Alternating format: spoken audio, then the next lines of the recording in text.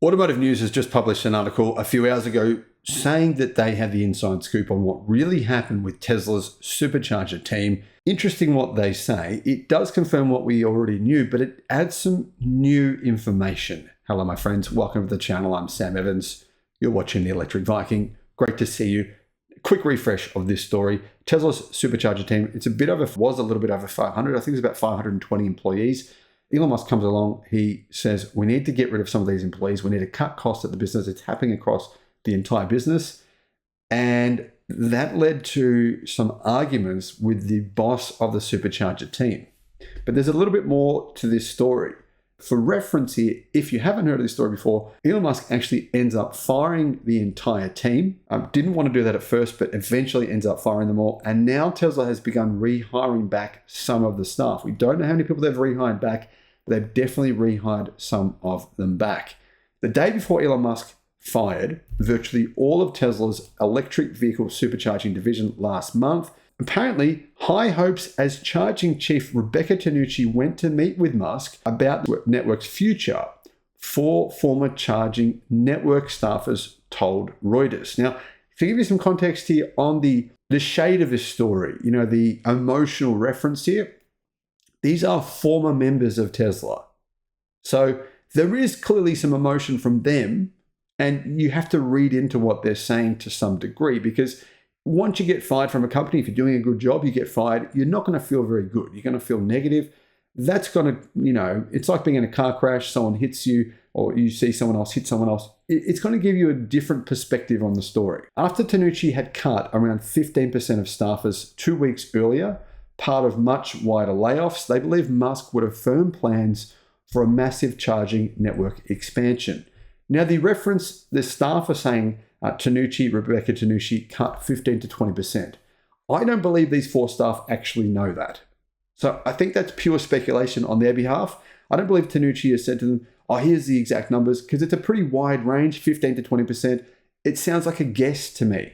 Now, if you don't agree with that, or if you have some facts to share, guys, let us know in the comments if there are facts proving it's 15% or 20%. But when you give a range of 15 to 20%, that looks like it's just guesswork, in my opinion. The meeting could not have gone worse, says Automotive News. Musk, the employee said, was not pleased with Tanucci's presentation and wanted more layoffs. When she balked, saying deeper cuts would undermine charging business fundamentals, he responded by firing her and her entire 500-member team.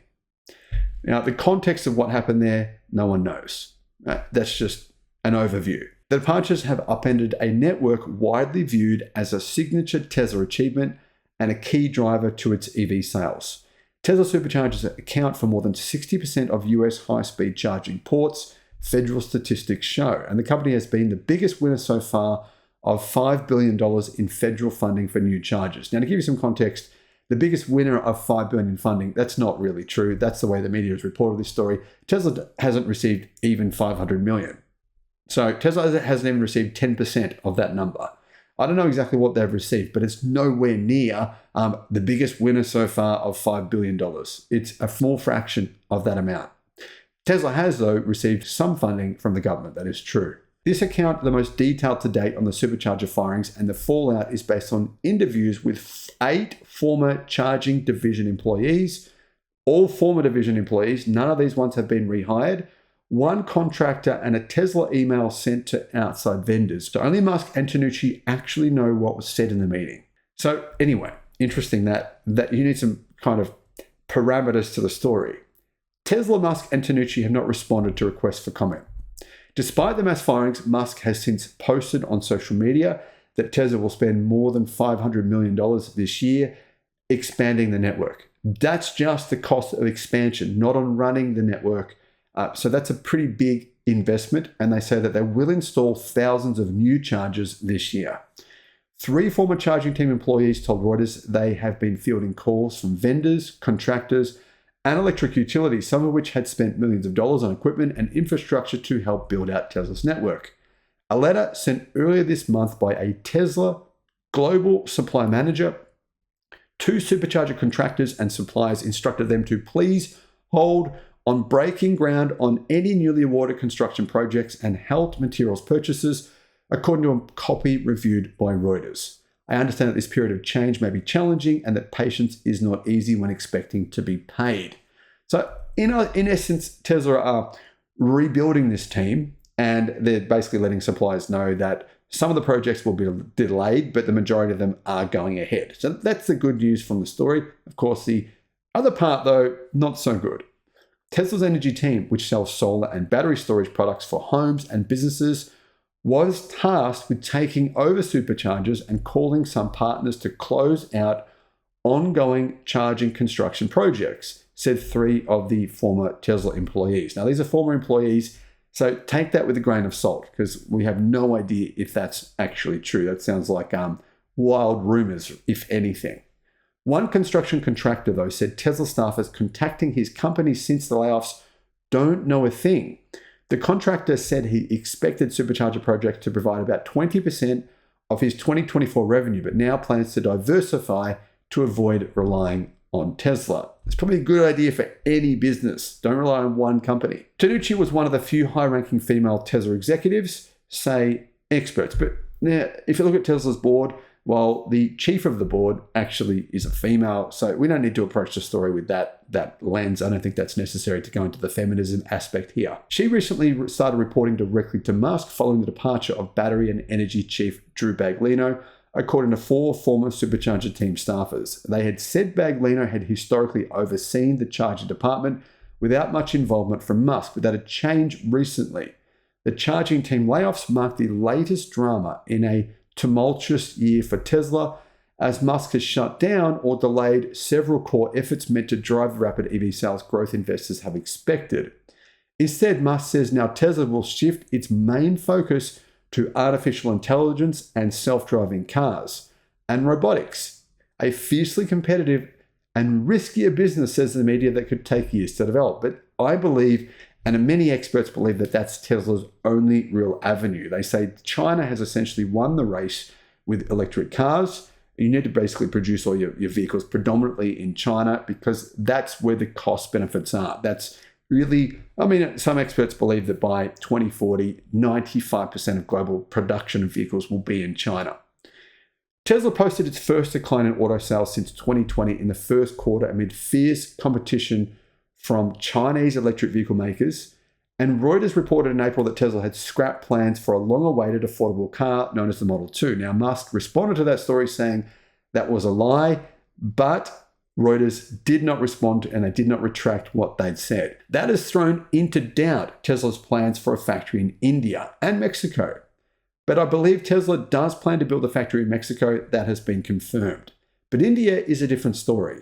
Musk had been expected to travel last month to meet the Prime Minister of India, who was apparently quite offended by the fact that he cancelled his trip and instead flew to China in order to get the Chinese Premier Xi Jinping to basically approve Tesla's robotaxis, approve Tesla's full self-driving efforts, and to kind of help push that forwards in China. That actually worked.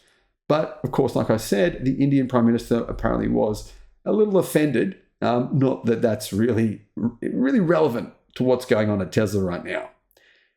Scaled back charging expansion. The energy team that was assigned to take over charging network management has some similar design and construction roles, 2 of the former Tesla employees said. But charging projects are fundamentally different because they are located in public places and require extensive negotiations with utilities, local government, and landowners. The energy team was already struggling to keep pace with its current workload, they claim, said 2 of the former charging network staffers. Now, this is possible. Even though 500 people sounds like a lot, Tesla is doing a lot with its supercharger network worldwide. When the layoffs came down on April 30, Musk posted that the company still plans to grow the supercharger network, just at a slower pace. On Friday, Musk posted that Tesla will spend well over $500 million expanding our supercharger network to create thousands of new chargers this year. 2 former supercharger staffers called the $500 million plus expansion budget a significant reduction from what the team had planned for this year, but nonetheless a challenge requiring hundreds of employees. In an analysis provided to Reuters, San Francisco research firm EV Adoption estimated a $500 million investment this year would translate to Tesla building 77% fewer charging ports per month in the United States compared with the automaker's pace through April. Now, that's purely speculation from EV adoption.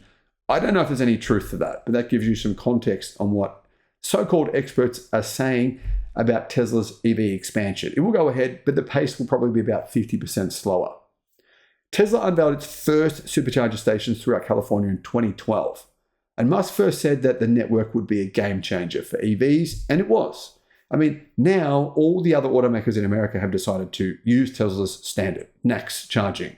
That's great for consumers. You don't want to have all these different charging standards, different charging ports, and you want to have access to chargers that work well and work consistently. That's what Tesla Supercharger network has done. It's definitely a big improvement. The EV charging business requires huge upfront investment, and analysts have often viewed it as unprofitable. In fact, many EV charging companies have gone bankrupt. It is brutal. No one is making a profit, I don't believe, currently. But Tesla's network has been profitable before the layoffs, according to 4 former Tesla employees familiar with the division's financial performance. That is unusual. That would probably make Tesla the only company in the world profiting from supercharging. That owed to Tesla's cost control and extensive analysis to choose locations that could draw business throughout the day rather than only during peak demand times when electricity costs are expensive. One former supercharger staffer said Tesla's cost per charging port were lower by at least 50% than those of its competition. Last month, Tesla said in a securities filing that it needed to expand charging to ensure adequate availability for customers, particularly after automakers including Ford, General Motors, Toyota, and Hyundai announced they would start making their cars compatible with Tesla's charging plugs, giving their vehicles supercharger access. Now, guys, this story it's a new story from Reuters. I don't know if everything in it is true, but it sounds like most of it is. Supercharger network will still go on. Expansion probably 50% less than what was planned, but it still will grow. Will Tesla hire back all 500 or so staff? Clearly not. In fact, Tesla didn't fire all 520 staff. It fired, I think, about 90%. That's a big number. And Tesla's clearly hiring back some of them. Will all of them want to come back? Probably not. But I'm sure that some will come back, and the supercharger network will continue to expand, just at a much slower pace. Anyhow, let me know what you think about everything here in the comments. Thanks for watching.